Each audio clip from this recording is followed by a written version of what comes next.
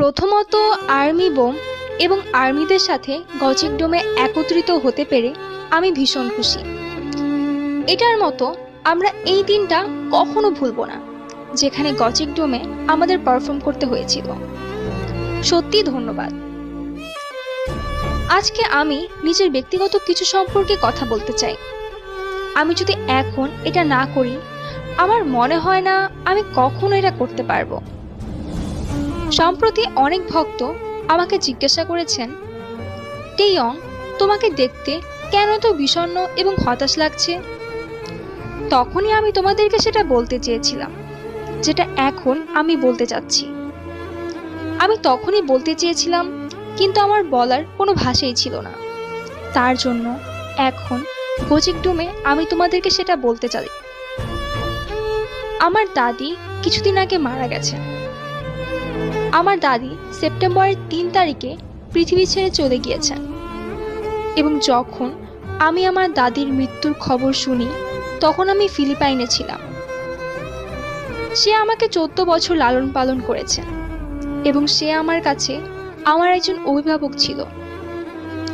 সে এমন একজন মানুষ ছিল যাকে আমি আমার কষ্টগুলোর কথা বলতে পারতাম।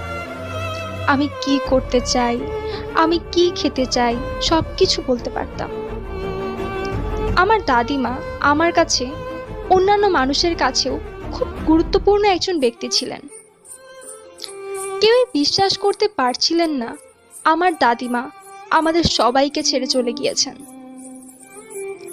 আমার দাদিমা মারা যাওয়ার ঠিক 49 দিন পর আমরা আমাদের প্রথম অ্যাওয়ার্ড পাই মিউজিক ব্যাংকে। আমার দাদি, সে সত্যি আমাকে টিভিতে দেখতে চেয়েছিল। এটা আমার শেষ ইচ্ছা ছিল যে আমি টিভিতে তাকে উদ্দেশ্য করে বলবো আমি তাকে অনেক ভালোবাসি, কিন্তু সময় সেটা হতে দিল না। এটি খুবই দুঃখজনক ছিল। কিন্তু আমার দাদিমা, যিনি আমার কাছে সবচেয়ে গুরুত্বপূর্ণ ছিল, সে আমাকে বলেছিল আমার ভক্তদেরকে অনেক ভালোবাসতে। সত্যি আমরা যে আজকে গজিক ডোমে দাঁড়িয়ে আছি এবং সবার মনোযোগ আকর্ষণ করতে পেরেছি, এটা সত্যি তোমাদের সবার জন্য। আমার দাদিমা, আমার মনে হয় সে ওই দূর আকাশ থেকে আমাকে সাপোর্ট করে যাচ্ছে। আমি তাই বিশ্বাস করি এবং আরো কঠোর পরিশ্রম করব। আমাদের আর্মিরা, আমাদের প্রিয় আর্মিরা, দয়া করে তোমাদের চিন্তা ভাবনায় আমার মূল্যবান দাদিকেও রেখো। ধন্যবাদ।